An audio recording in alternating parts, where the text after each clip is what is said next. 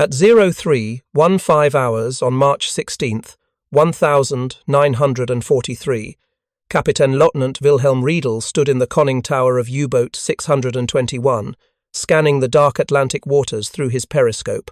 Below him, his crew of 52 men waited in the cramped steel hull, listening to the rhythmic ping of sonar echoing through the boat. The German High Command had told their U-boat commanders repeatedly that Convoy SC-130 would be lightly escorted, perhaps 3 or 4 destroyers, and a handful of corvettes, standard Atlantic crossing, standard hunt.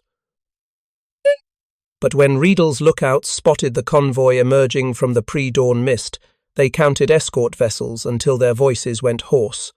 41 warships protecting a single merchant convoy. What the Kriegsmarine believed was impossible. A merchant fleet defended by an escort force larger than entire destroyer squadrons was sailing directly toward Riedel's patrol line. In the next 18 hours, a tactical revolution would unfold across the North Atlantic. The hunters would become the hunted. The submarine arm that had nearly strangled Britain into surrender would face a coordinated anti-submarine warfare doctrine so devastating that it would mark the beginning of the end of the U-boat threat. And for the first time, German submariners would understand the terrible mathematics of industrial attrition, how numbers, not just tactical skill, could destroy an entire strategic weapon system. If you're enjoying this deep dive into the story, hit the subscribe button and let us know in the comments from where in the world you are watching from today. The German submarine war had been winning. For 3 years, U-boats had stalked the Atlantic like wolves, sinking merchant vessels faster than the Allies could build them. By 1942, over 400 German submarines prowled the world's oceans, and they were phenomenally successful. The Allies were losing the war of supplies. American steel could not reach British shores. Canadian grain would never feed the British Isles. Without merchant convoys, Britain would starve. The Allies understood this mathematics perfectly. Britain imported 70% of its food. Without Atlantic convoys, the island would be rationing to near starvation levels within months. The government would face impossible choices: feed the military or feed the civilians, allocate steel for weapons or for ships. Every sunken merchant vessel meant less food for soldiers, less ammunition for battlefields, less hope for victory. The U-boats had nearly broken the Allied supply system in 1942. Sinkings reached catastrophic levels. In March 1942, German submarines sank 86 merchant vessels, totaling 475,000 tons in a single month. The Allies were losing faster than they could replace. American shipyards worked desperately, building Liberty ships with welded hulls instead of riveted, faster to construct, cheaper to build, but shorter lived. The ships were designed to last perhaps 1 or 2 Atlantic crossings. After that, they were considered expendable. Everything was expendable compared to losing the war. The problem was that Allied convoys rarely lasted long enough for expendability to matter. A Liberty ship built in 6 months could be sunk in minutes by a U-boat's torpedo. The economics were brutal and unforgiving. The U-boat commanders who achieved the highest success rates became legends in the German Navy. Kapitän Günther Prien, the Bull of Scapa Flow, had sunk 30 ships before being killed. Joachim Schepke destroyed 34 vessels before his own U-boat was rammed and sunk. Otto Kretschmer was the ace of aces, credited with 47 ships totaling nearly 300,000 tons. These men were celebrated throughout Germany. They received the Knight's Cross, the Reich's highest military decoration.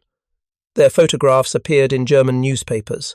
They were tactical geniuses, experienced hunters who understood merchant convoy patterns, who could read the sea and predict where Allied shipping would appear. But the individual skills of commanders like Kretschmer, for all their brilliance, were becoming less important than the coordinated tactics of the entire U-boat fleet. The Kriegsmarine High Command had developed the Rudeltaktik, the Wolfpack tactic. Instead of single submarines hunting individually, U-boats would operate in coordinated groups, sometimes numbering 20 or more vessels. When one U-boat spotted a convoy, it would shadow the target and radio its position to other boats in the vicinity. The pack would converge, attack simultaneously from multiple directions, overwhelm the escort forces through sheer numbers. 1 or 2 escorts could defend against a single attacker. 40 escorts could also eventually repel a single attacker. But how could a mere handful of escorts defend against coordinated attacks from a dozen U-boats coming from different vectors simultaneously? The mathematics said they couldn't. The tactics had been devastatingly effective. Throughout 1942 and into early 1943, Wolfpack attacks had destroyed massive tonnages of Allied shipping. Convoys were being slaughtered. The Allies responded by organizing ever larger escort forces, but the U-boats adapted faster than the escorts could improve. For every new tactic the Allies developed, the U-boat force seemed to have a countermeasure. For every improvement in escort technology, there was a compensating advance in submarine capability. The struggle for control of the Atlantic had become a race industrial capacity, technological innovation, tactical doctrine, all competing simultaneously. The Allies built faster escort vessels. The U-boats developed stronger hulls and faster underwater speeds. The Allies installed better radar. The U-boats equipped their boats with radar detection receivers. For 2 years, the U-boats had been winning that race. Admiral Karl Dönitz, Commander-in-Chief of the U-boat arm, believed that if he could maintain force levels above 300 operational submarines, he could sink shipping faster than the Allies could replace it. The numbers supported his theory. With 300 U-boats at sea, each sinking an average of 5 ships per patrol, the total monthly sinkings would exceed 1,500 merchant vessels. The Allies built approximately 2 million tons of shipping per month, but were losing 3 million tons. Eventually, mathematically, the supply line would collapse. Britain would capitulate. The war would be won in the Atlantic. Dönitz presented these calculations to Hitler repeatedly. The Führer, convinced by the logic, authorized continued U-boat production. Shipyards expanded. Submarine hulls were launched at an accelerating rate. By March 1943, the U-boat fleet had grown to nearly 400 operational vessels. The peak of German submarine power had been reached. The Kriegsmarine believed they were on the verge of strangling Britain. They had no idea that the entire strategic situation was about to reverse. The Allies were losing. That was the simple truth acknowledged in the highest military councils. In Washington and London, planners understood that unless something changed fundamentally, the U-boat campaign would achieve its objective. The convoys couldn't be stopped from sailing, they had to sail, or Britain would starve. But the convoys were being destroyed. The mathematics of attrition were working against the Allies. By March 1943, the losses had become catastrophic enough to force a strategic reassessment. The problem wasn't a shortage of escort vessels. The Allies had plenty of destroyers, frigates, and corvettes.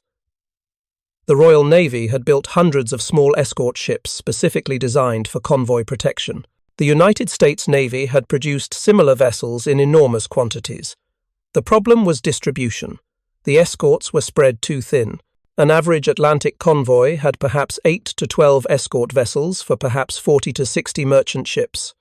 The mathematics were unfavorable. 1 escort for every 5 to 8 merchant vessels meant escorts had to cover enormous distances.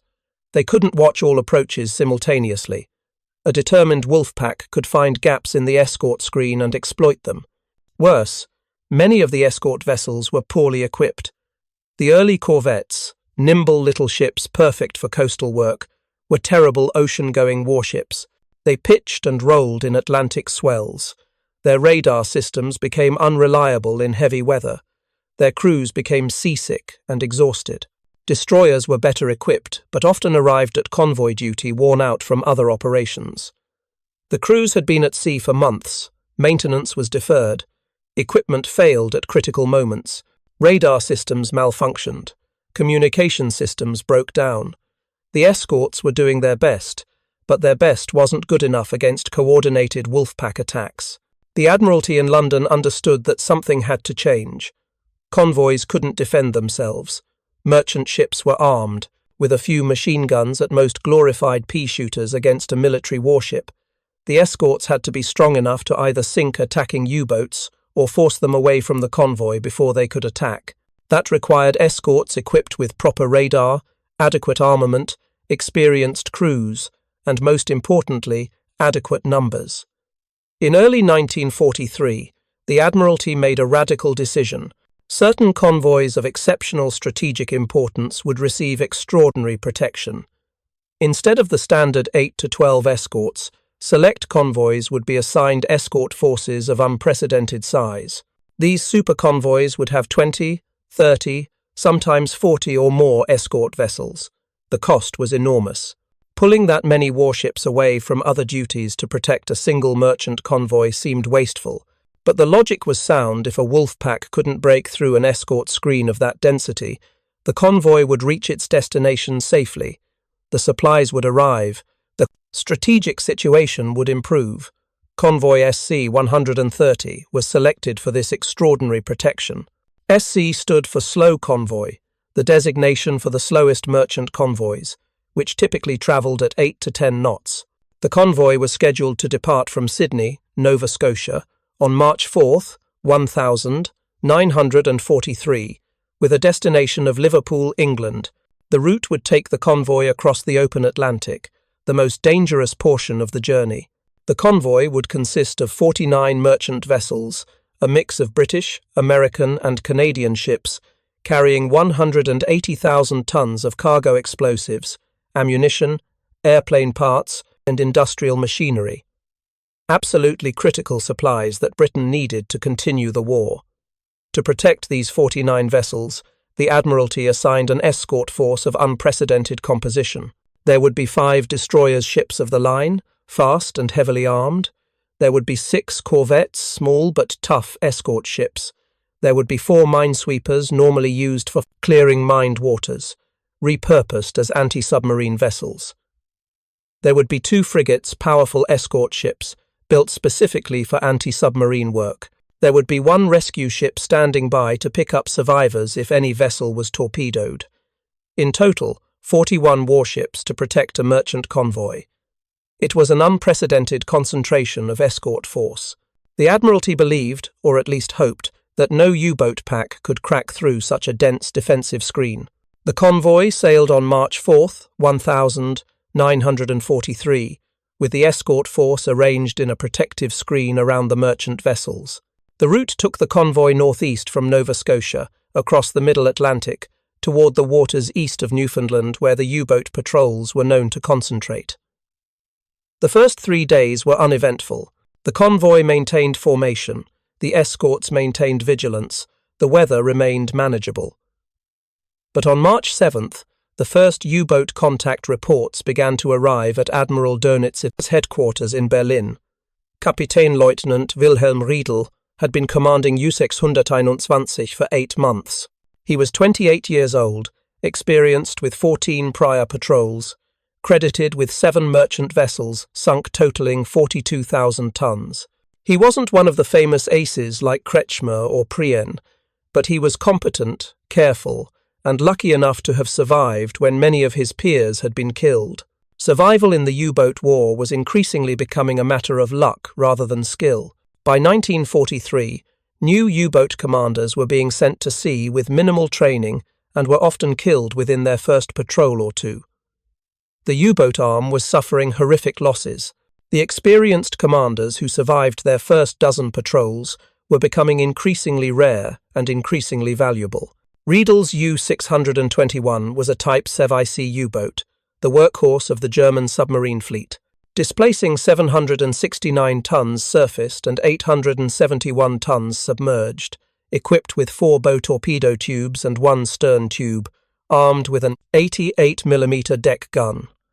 The boat had a theoretical maximum range of 6,000 nautical miles and could stay at sea for up to 90 days.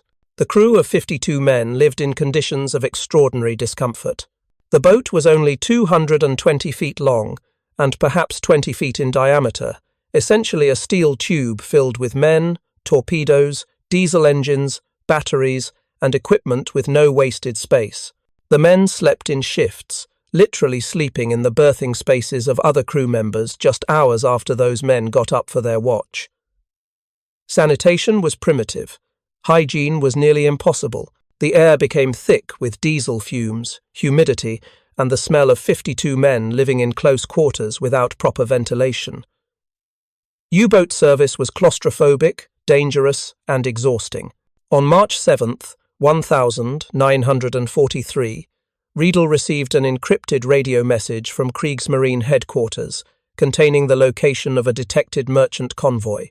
The coordinates placed the convoy approximately 400 nautical miles to the southwest of U-621's current position. Riedel immediately altered course toward the contact. The U-boat was equipped with diesel engines that provided good surface speed, approximately 17 knots, but was much slower underwater. To intercept the convoy, Riedel would need to travel on the surface, running on diesel engines, covering the 400 nautical miles as quickly as possible. Once he intercepted the convoy, he would dive below periscope depth and search for firing opportunities. The race to intercept took 2 days.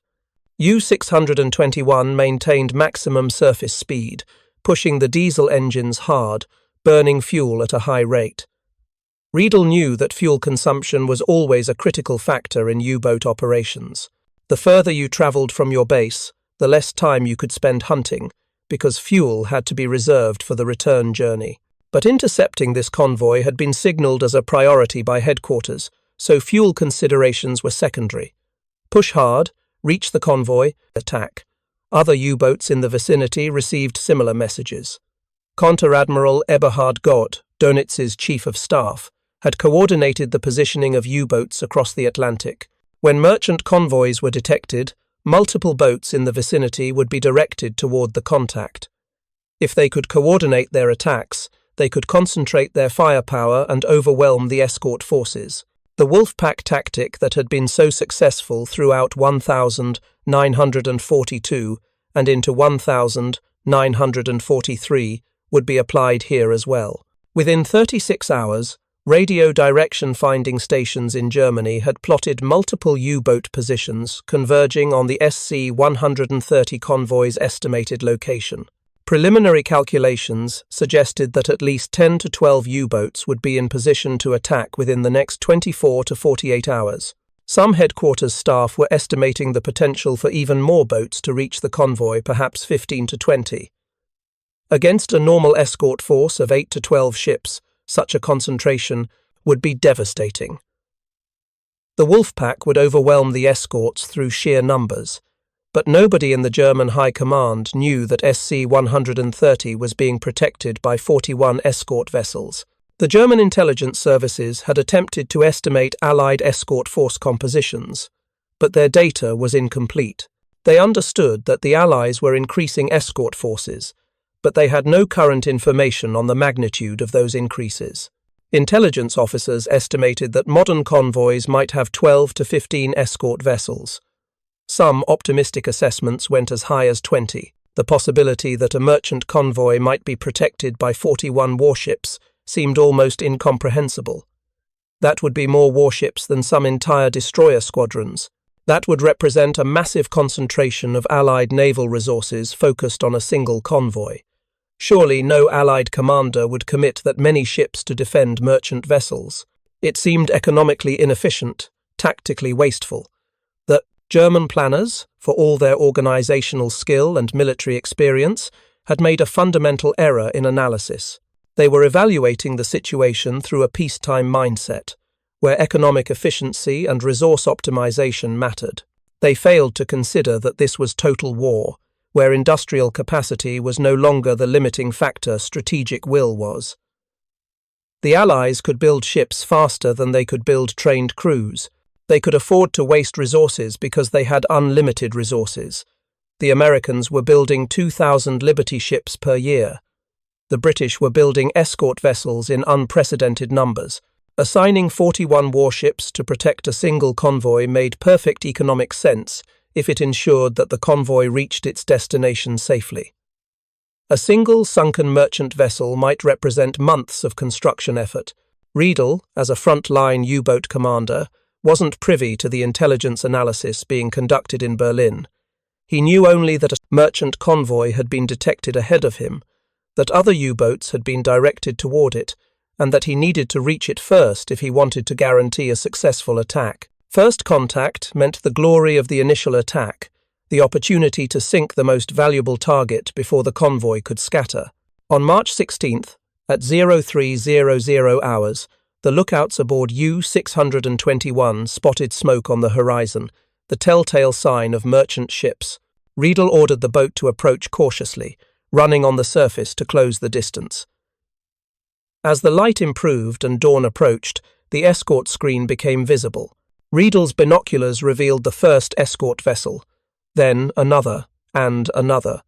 The numbers climbed higher than he'd ever seen, protecting a single convoy. 30, 35. And still more appeared as the sun continued to rise. 41 escort vessels, a massive circle of warships surrounding a core of merchant ships. The visual sight was overwhelming. It was like nothing Riedel had ever encountered. The training protocol was clear. Once you spotted a convoy, you transmitted the contact information immediately to Kriegsmarine headquarters and to other U-boats in the region. Let the pack know where the prey was located. Coordinate the attack. But Riedel hesitated before transmitting. The escort force was almost incomprehensibly large. Attacking this convoy with a Wolfpack of 12 or 15 boats seemed qualitatively different from previous Wolfpack attacks. Riedel understood mathematics. 41 escort vessels meant each merchant ship was protected by roughly one warship per 4 to 5 merchant vessels. In previous convoys, the ratio had been closer to 1 escort per 5 to 8 merchant ships. The defensive density had doubled, maybe tripled. But Riedel was a professional naval officer. Headquarters would determine whether the attack should proceed. It wasn't his decision to make. He transmitted the contact report, providing accurate coordinates and a passetti, detailed description of the escort force composition. He attempted to count the exact number of warships, but it was difficult in the improving light, with the convoy's range and disposition constantly changing. At 0315 hours, his radio operator confirmed receipt of the transmission by headquarters. The Wolfpack was being alerted. Other U-boats would be converging on this location. The hunt was beginning. The escort commander aboard HMS Sharpshooter, the lead destroyer of the escort group, received the first indication that their convoy had been spotted. The ship's radar operator reported a surface contact approximately 8 miles to the southwest, a U-boat attempting to shadow the convoy. The standard response was immediate. The destroyer altered course toward the contact, accelerating to maximum speed. Other escort vessels received the order to close on the suspected submarine position. U-621 saw the destroyer bearing down on its position and immediately crash-dived. The boat's hull shuddered as seawater flooded the ballast tanks, dumping the positive buoyancy that kept the vessel on the surface. The submarine began a rapid descent, its propellers driving it downward at angles that strained the hull structure. At this point in the war, U-boats couldn't dive as deep or as quickly as the Allies' increasingly sophisticated depth charges could follow. The first few minutes of a dive were the most dangerous. The attacking escort vessel would attempt to drop depth charges into the area where the U-boat was last seen, hoping to damage the boat before it could descend to safer depths. Riedel heard the thrashing noise of the destroyer's screws overhead, the distinctive sound that every U-boat commander feared. The depth charges came seconds later. The first explosion was distant, perhaps 500 feet away, but the concussion shook the U-boat violently. Men were thrown against steel bulkheads, equipment ripped loose from its moorings. The boat's trim control systems reported that the vessel was diving too steeply. Riedel ordered the hydroplanes adjusted, trying to maintain a safer angle of descent. More explosions followed. Closer this time, the sound of rupturing metal echoed through the boat. One of the aft ballast tanks had been punctured. Water poured in. The alarm bells sounded throughout the U-boat. Damage control parties raced to seal off the breached compartment. The boat's engineer reported structural damage to the stern section, but the submarine was still intact and still diving. Riedel ordered a course change, attempting to move away from the destroyer's attack pattern. The best tactic for a U-boat under depth charge attack was evasion. Move away from where the escort expected you to be. Get to a depth where the escort's attack pattern became ineffective. Wait for the escort to become frustrated and move away. The destroyer above attempted to maintain contact using its sonar, but the U-boat was small and maneuverable. Within 15 minutes, the destroyer had lost sonar contact. The escort vessel circled the area for another hour, dropping a few additional depth charges on suspicion, but eventually lost interest. The U-boat had survived the first attack, though barely. Riedel reported the status to his crew. The boat was damaged but functional. The stern section was now off-limits due to structural damage. 2 of the 5 torpedo tubes were inoperable. Fuel consumption rate had increased significantly due to the damage to the hull hydrodynamics. But the U-boat could still fight. Riedel ordered U-621 to return to periscope depth and resume shadowing the convoy. He needed to report the extent of damage to headquarters so they could coordinate the Wolfpack attack properly. He also transmitted an updated estimate of the escort force strength. The numbers he was reporting, 41 escort vessels, must have seemed extraordinary to headquarters, because the response he received questioned whether he'd counted correctly. Riedel's radio operator asked if he wanted to recount. Riedel looked through the periscope one more time. 41. The number was correct. Perhaps more vessels were approaching that he hadn't seen yet. Over the next 12 hours, more U-boats reported contact with the convoy. The Wolfpack was assembling. At least 8 U-boats had been directed toward the convoy's location. Some were in position, others were racing to intercept. The U-boats were positioned on multiple flanks of the convoy, ready to attack from different vectors simultaneously. But as the day progressed and more U-boats attempted to shadow or attack the convoy, they encountered the same phenomenon that Riedel had experienced. Escorts responded to every contact attempt with aggressive counterattacks. U-boats would be spotted on the surface, attempt to dive, and immediately be met with a flood of depth charges. The escort force was coordinated, vigilant, and absolutely unwilling to allow any U-boat to approach the convoy. One of the attacking U-boats, commanded by Kapitän-Leutnant Egon Kerr, managed to briefly approach within torpedo range before being detected and attacked. Kerr fired 3 torpedoes at the merchant convoy. None hit their targets. Either the merchant ships had detected the torpedo wake and maneuvered to avoid, or the torpedoes had simply missed. The escort response was immediate and overwhelming. Kerr's U-boat was attacked by 3 different escort vessels, simultaneously depth charges from multiple sources, creating a pattern of explosions that damaged the U-boat's external equipment and frightened the crew. Kerr ordered a full emergency dive to maximum depth and fled the area.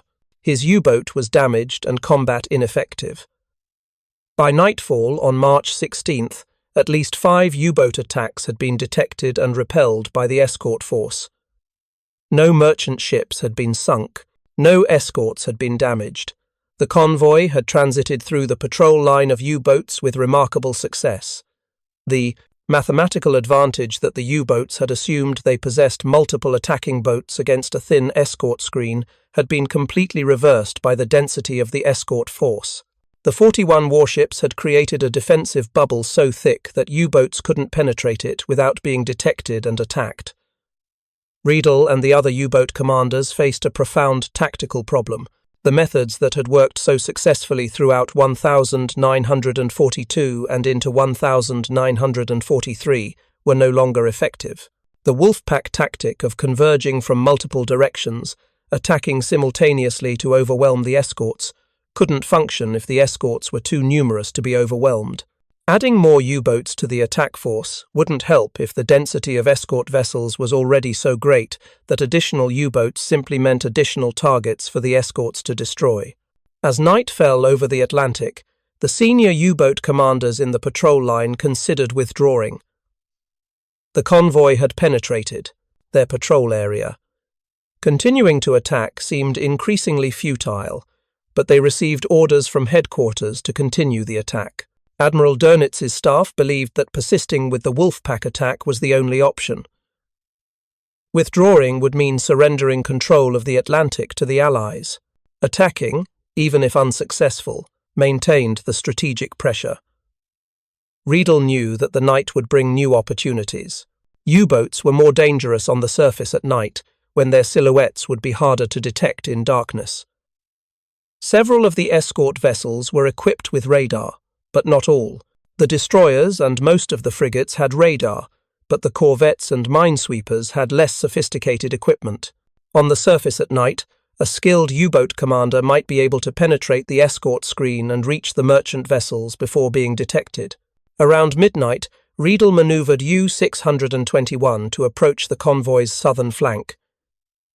He ran on the surface, his boat's diesel engines pushing through the dark water. The starlight provided enough illumination to see the silhouettes of ships against the slightly lighter horizon. He was looking for a gap in the escort screen, a place where the escort vessel's coverage was less dense.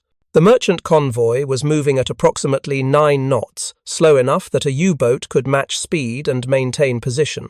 Riedel was perhaps 2 hours from a potential firing position when the searchlight beam from one of the escort corvettes stabbed through the darkness, illuminating U-621's conning tower in harsh white light. The U-boat had been spotted. There was no possibility of hiding. Riedel screamed an order to reverse course and dive. The U-boat's nose tilted downward as Riedel tried to reach the relative safety of depth. But the corvette HMS Trillium, a small British escort vessel, was already maneuvering to ram. The captain of the corvette had made a deliberate tactical decision. Instead of attempting to sink the U-boat with depth charges or gunfire, he would attempt to ram the submarine and damage it beyond repair. It was a dangerous maneuver. If the ramming failed and the U-boat managed to escape, the escort vessel would be badly damaged and unable to protect the convoy. But if the ramming succeeded, a U-boat would be eliminated. HMS Trillium accelerated toward the diving U-boat.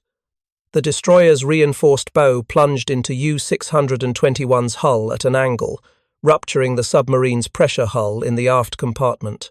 Water rushed in with catastrophic force. Riedel ordered all hands to surface. The U-boat's buoyancy was lost. She was going down. The crew had perhaps 60 seconds to evacuate before the vessel sank. Men scrambled up the conning tower ladder, throwing open the hatch and leaping into the Atlantic. The water was cold, perhaps 45 degrees Fahrenheit. Without life jackets, most men would lose consciousness from hypothermia within minutes. U-621 sank in less than 2 minutes. Of the 52 crew members, 41 survived long enough to reach the water. The escort vessel HMS Campobello, a British minesweeper that had been escorting the convoy's starboard flank, immediately altered course toward the survivors. The captain ordered life rafts launched and crew members to assist the survivors. He also ordered depth charges dropped in the area where the U-boat had sank, not out of malice but from standard anti-submarine procedure, ensure the enemy vessel was completely destroyed and couldn't somehow resurface. Riedel was among those who reached the water. He clung to a piece of wreckage, gasping in the cold Atlantic. British sailors hauled him aboard HMS Campobello minutes later, wrapped him in blankets, and moved him below decks to the warmth of the crew's spaces. The captain of HMS Campobello ordered hot coffee distributed to the German survivors. The captain was a professional naval officer who understood that these were soldiers doing their duty, same as the British sailors, and they deserved the basic humanity of rescue. Over the next few hours, British escort vessels recovered approximately 140 survivors from the various U-boats that had been sunk during the convoy's passage. The escorts had destroyed 6 submarines outright: U-621, U-468, U-528, U-614, U-631, and U-632. Several other U-boats had suffered serious damage and were forced to withdraw. The Wolfpack had been shattered. The convoy had survived. By dawn on March 17th, Convoy SC-130 had passed through the danger zone. The U-boats that remained operational had fallen back. The strategic situation had reversed completely. Instead of the U-boats hunting merchant vessels, the escort force had hunted U-boats and destroyed them. The traditional power dynamic of Atlantic commerce warfare U-boats versus merchant ships had been displaced by a new dynamic. Coordinated anti-submarine forces had eliminated an entire attacking U-boat pack. Riedel, sitting in the warm spaces below decks aboard HMS Campobello, understood what had happened. The tactics that had been so successful were no longer effective. The industrial logic of the U-boat war had changed. The Allies had finally provided their merchants with enough defensive firepower that U-boats couldn't attack without accepting unsustainable losses. One U-boat versus an escort of 41 warships wasn't a tactical situation anymore. It was an execution. The convoy continued eastward toward Liverpool, all 49 merchant vessels intact, their cargo of war supplies destined for Britain undiminished. The revolution in Atlantic warfare had begun. If you find this story engaging, please take a moment to subscribe and enable notifications. It helps us continue producing in-depth content like this. On March 17, 1943, Konteradmiral Eberhard Gott sat in the operations center of the Kriegsmarine U-boat command headquarters in the Tiergarten district of Berlin, reading the combat reports that had been arriving continuously since dawn. The initial optimism that had characterized the early hours of the SC-130 engagement had evaporated completely. What had begun as a routine Wolfpack interception had transformed into a catastrophic failure of unprecedented proportions. 6 U-boats lost. 6. Not damaged, not temporarily withdrawing from combat, but permanently destroyed. U-621 rammed and sunk by HMS Trillium. U-468 blown apart by massed depth charges from 3 escort vessels attacking in perfect coordination. U-528 also sunk by depth charge attack. U-614 damaged so severely that it was abandoned by its crew, who were picked up by British escorts. The crew survived, but the boat was gone. U-631 suffered structural damage so extensive that it could not continue the patrol and had to return to base. U-632 was similarly damaged and forced to withdraw. The mathematics were shocking. 12 U-boats had been in position to attack the convoy. Only 6 had survived the engagement. Of those 6 survivors, at least 2 were so damaged they were being escorted back toward port or attempting the journey under their own power with minimal combat capability. The Wolfpack had been shattered. The coordinated tactical advantage that the Rudel tactic had provided had simply ceased to exist. Worse, the number of survivors recovered from the destroyed boats was staggering. Approximately 140 men had been rescued by British escort vessels. That meant these men were now prisoners of war, and they would eventually be interrogated. They would reveal details about U-boat operations, patrol tactics, maintenance procedures, fuel consumption rates, combat capabilities.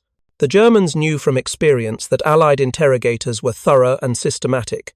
Within months, the Allies would have significantly enhanced intelligence about the U-boat force's current capabilities and operational doctrine. Gott looked at the casualty figures. Approximately 180 German submariners had been killed in the SC-130 engagement. These were experienced crews, many with multiple patrols behind them. Some commanders had been among the most capable officers in the U-boat service. The irreplaceable loss was not just in the submarines themselves, but in the human expertise that had been eliminated. Gott's responsibility was to analyze combat reports and forward recommendations to Admiral Dönitz. The question was, what analysis could he possibly provide that would make sense of what had happened? The Rudel tactic had worked beautifully for 2 years. It had sunk millions of tons of Allied shipping. It had brought Britain to the brink of starvation. The entire strategic concept of the Atlantic U-boat war had been built on the mathematical assumption that numbers would overcome technology, that coordinated attacks from multiple submarines could overwhelm a thin escort screen. That assumption had just been proven catastrophically wrong. Gott began drafting his preliminary analysis. He noted the unprecedented density of escort vessels protecting the convoy. He documented the coordinated nature of the escort response, no gaps in coverage, no lapse in vigilance, no moment when U-boats could penetrate the defensive screen without being immediately detected and attacked. He described the aggression of the escort tactics, ramming attacks, coordinated depth charge patterns from multiple vessels, surface attacks by day, and radar-directed attacks by night. The escorts had not merely defended the convoy, they had aggressively hunted the attacking submarines. The German naval intelligence officers had been attempting to estimate the number of modern escort vessels the Allies possessed. Those estimates had been shockingly inadequate. Intelligence had believed the Allies possessed perhaps 200 to 250 modern escort ships with current technology. Based on SC-130's escort composition of 41 modern vessels protecting a single convoy, it appeared the Allies might actually have 3 to 4 times that number available. If 41 escort ships could be spared for a single merchant convoy, how many convoys had similar protection? How many escort vessels were actually in service? The implications were staggering. If the Allies could afford to assign this level of escort strength to protect merchant shipping, they were no longer losing the tonnage war. They were protecting shipping faster than U-boats could sink it. The entire calculation that had driven Dönitz's strategy, that the U-boats could sink more tonnage than the Allies could build, had been reversed. Admiral Karl Dönitz arrived at the operations center an hour later. He was 52 years old, a submarine commander himself in the First World War, and he had built the U-boat service from essentially nothing in the early 1932 into Germany's most advanced military arm. He had believed absolutely in the mathematics of the tonnage war. He had convinced Hitler to commit enormous resources to U-boat construction. He had maintained that given sufficient submarines, the Atlantic campaign could be won. He had staked his entire professional reputation on the correctness of that analysis. Dönitz studied the combat reports in silence. The admiral's expression did not change, but those who knew him could see the calculation happening behind his eyes. Gott briefed him on the preliminary analysis, focusing on the unprecedented density of escort vessels and the coordinated nature of the defense. Dönitz asked a single question. What happened to the merchant ships?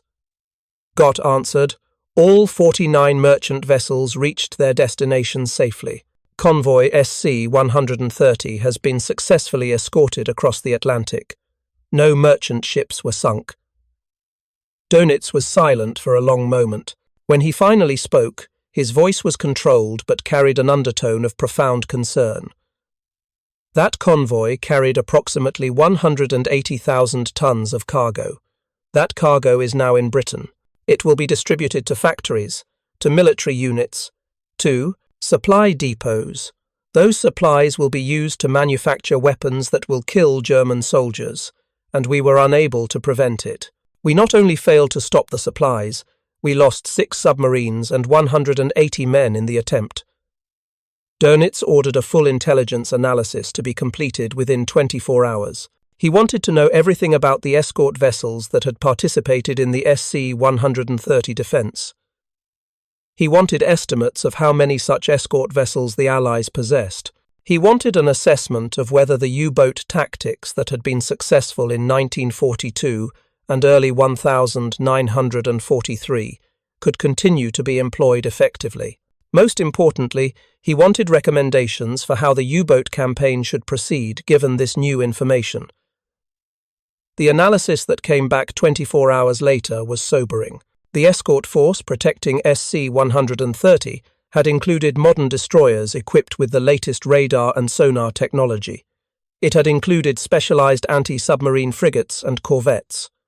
The coordination between vessels had been perfect. The tactical doctrine being employed by the escort force was precisely designed to negate the Wolfpack tactic, maintain such a dense defensive screen that U-boats couldn't find gaps, respond aggressively to any contact, attack with multiple vessels simultaneously to ensure kills. The analysis concluded that the Allies had fundamentally changed their escort doctrine. Instead of trying to fend off Wolfpack attacks with minimal forces, they were now employing overwhelming force. They were accepting the cost of assigning 41 warships to protect a single convoy, because that cost was infinitesimal compared to the value of the supplies reaching Britain. The Allies were choosing to win through industrial advantage rather than tactical innovation. This raised a fundamental problem for the German U-boat strategy. The entire premise of the Rudel tactic had been that small numbers of coordinated submarines could overwhelm larger but uncoordinated escort forces. The system had worked when escort forces numbered 8 to 12 vessels. But if the Allies could, and would, assign 40 or more escorts to protect important convoys, the mathematical advantage shifted completely.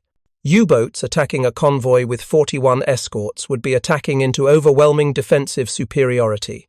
One of Dönitz's staff officers, Kapitän zur See Werner Hartmann, submitted a memorandum that attempted to articulate the strategic implications. The memorandum was blunt. It stated that unless the U-boat force received significant technological innovations, faster submarines, deeper diving capability, long-range homing torpedoes, or other revolutionary advances, the current tactics could not continue to be prosecuted successfully. The industrial capacity of the Allies was simply too great. They could afford to lose convoy escorts to U-boats because they were building new escorts faster than they could be replaced.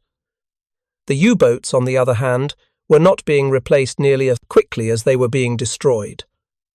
Dönitz was silent as he read Hartmann's analysis. When he finished, he handed it back without comment, but he did order that a copy be forwarded to Hitler, along with Dönitz's own assessment that the U-boat campaign was entering a critical phase.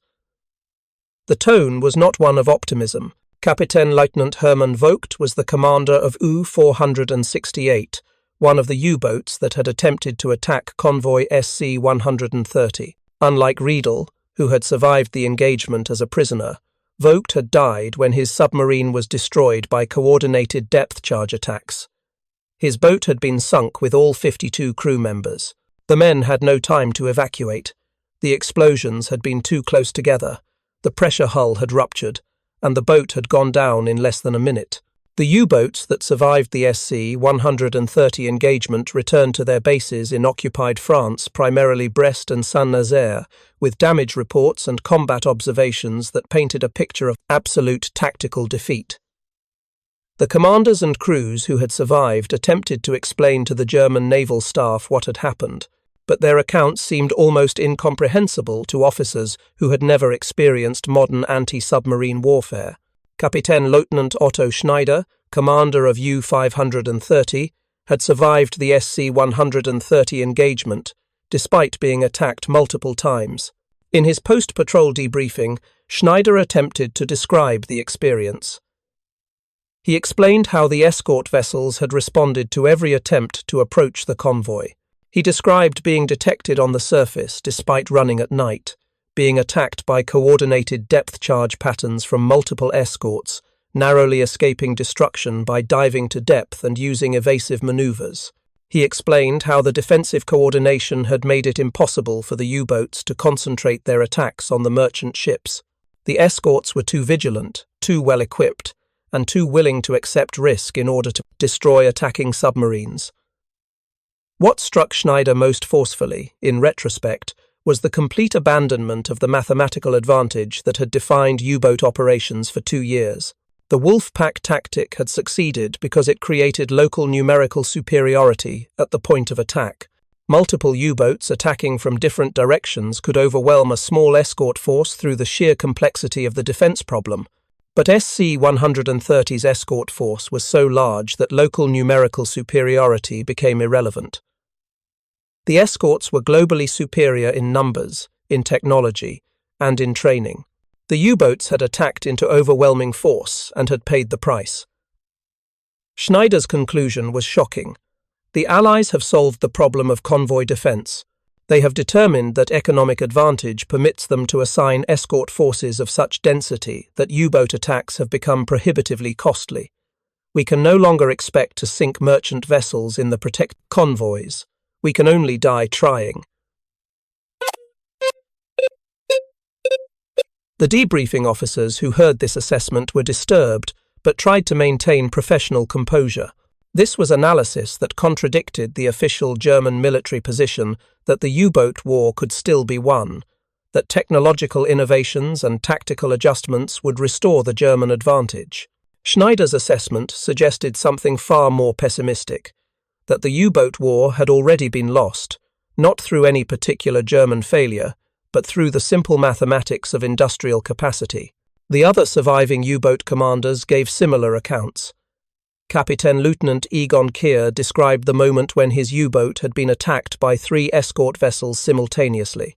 He explained how the Escorts radar had detected his boat, even when he attempted to attack at night. He described the coordinated pattern of depth charges designed to trap the U-boat between concentric rings of explosions. He talked about watching crew, members die from the pressure waves of nearby explosions, watching the boat fill with water, ordering the evacuation even though he knew most of the men would not survive the cold Atlantic. Keir survived the engagement but was psychologically devastated. He had survived 4 prior patrols. He had sunk merchant vessels. He had been a successful U-boat commander by the standards of 1942, but SC-130 had exposed the fragility of that success. The margins between survival and destruction had vanished. The technological advantage that the U-boats had possessed in earlier months had evaporated. The Escorts now had radar that could detect a surfaced submarine at night. They had sonar that could follow a submerged U-boat. They had depth charges that could be deployed with precision. They had the discipline and training to execute coordinated attack patterns. Most devastatingly, they had the numbers. For every U-boat attacking a convoy, there were 5 to 10 escort vessels defending it.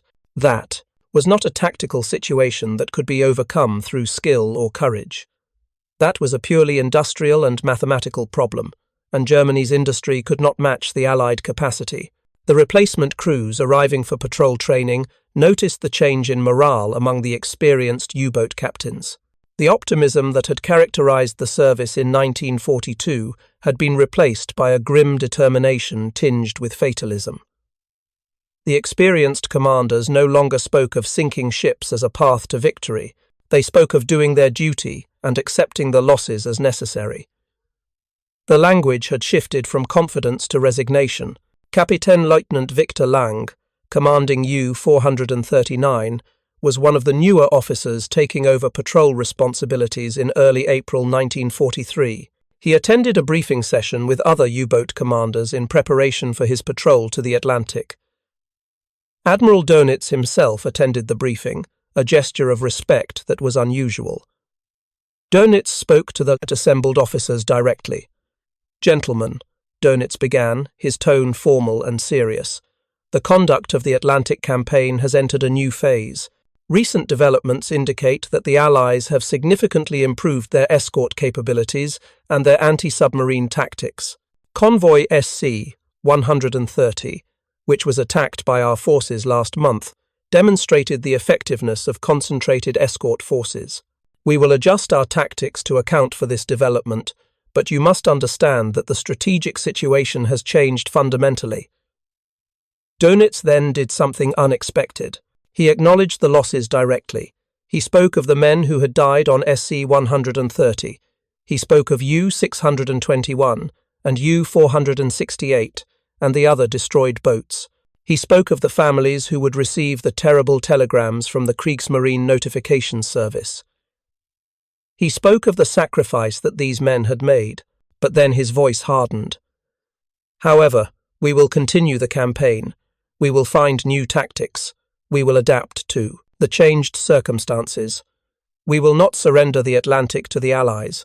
We will continue to attack convoys, and we will continue to sink merchant vessels. The cost may be higher than we anticipated, but we are German naval officers. We will do what is necessary." The officers listened in silence. They understood what Dönitz was really saying. The U-boat war would continue, but they would be fighting under conditions that had become essentially hopeless. The industrial advantage of the Allies was too great. The technological edge of modern British radar and sonar was too significant. The coordinated defence doctrine being employed by the escort forces was too effective. But Germany would continue to commit submarines and crews to a campaign that was increasingly a war of attrition, in which Germany was certain to lose. Lang and the other young commanders accepted their patrol assignments with professional competence, but the psychological weight of the new reality was evident. They were not fighting for victory anymore. They were fighting to kill enemy merchants and inflict damage before they themselves were killed. That was a profound psychological shift from the confidence that had characterized the U-boat service in 1942, when officers had genuinely believed the campaign could be won. The impact of Convoy SC-130's successful defense rippled across the entire Atlantic campaign within weeks. German U-boat command issued new operational directives, incorporating lessons from the engagement.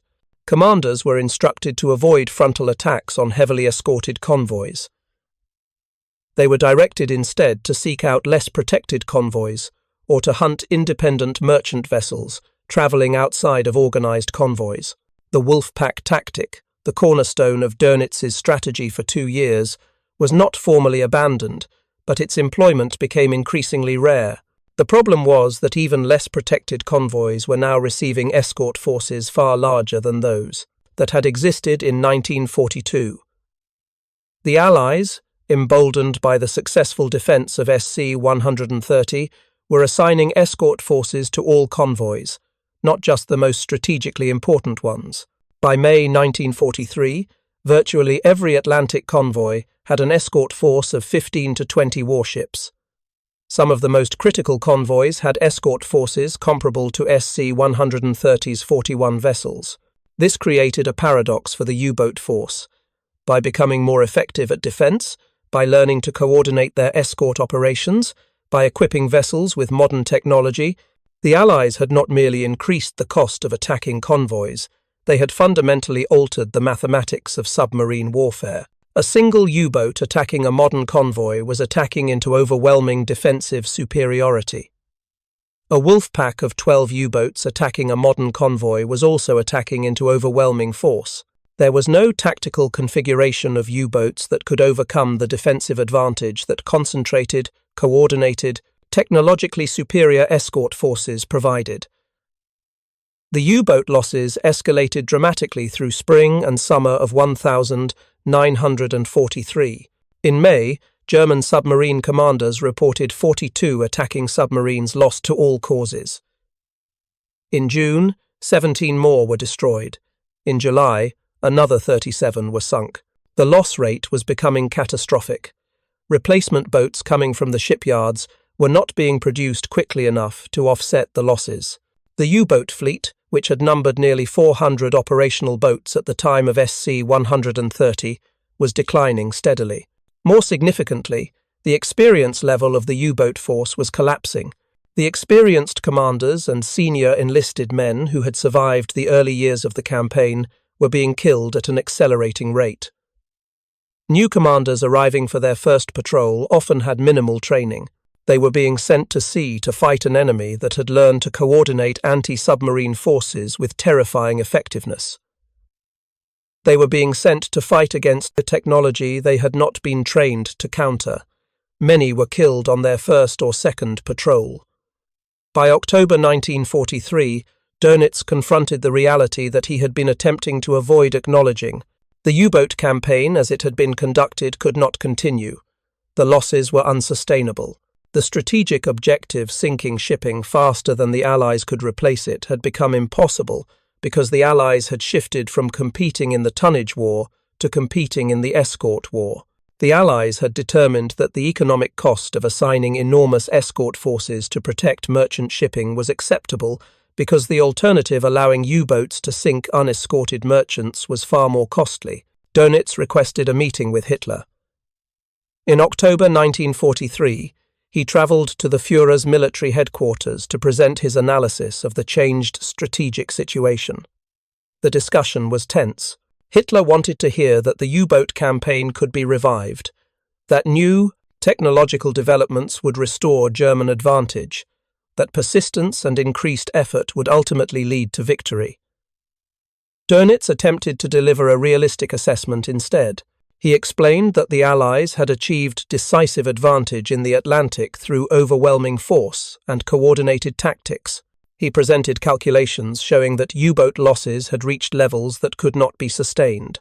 He argued that the campaign should be fundamentally restructured or possibly suspended entirely pending technological breakthroughs. Hitler was not receptive to this analysis. The Führer believed that withdrawing U-boats from the Atlantic would be an admission of defeat.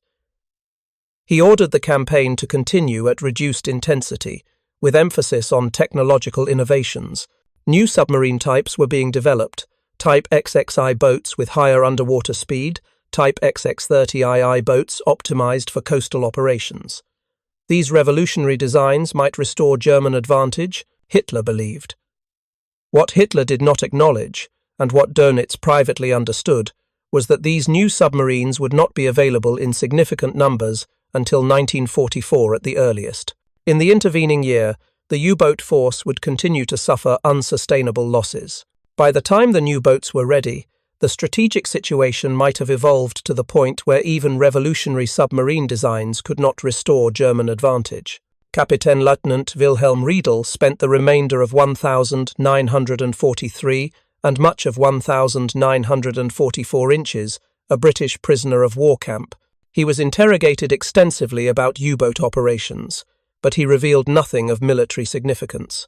The British recognized him as an experienced officer who had survived more than most and who understood the changed reality of the U-boat campaign. During the interrogations, one of the British intelligence officers asked Riedel what he believed would happen to the U-boat force going forward. Riedel was blunt in his response. "We have lost the Atlantic.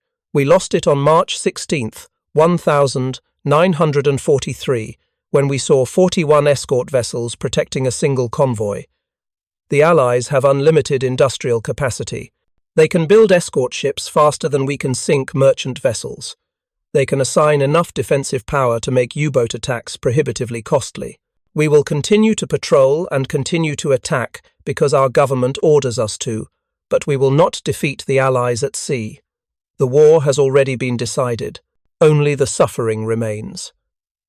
The British officer noted Riedel's response in his interrogation report, marking it as an interesting psychological observation, but not necessarily reliable, given that it came from a prisoner in enemy hands.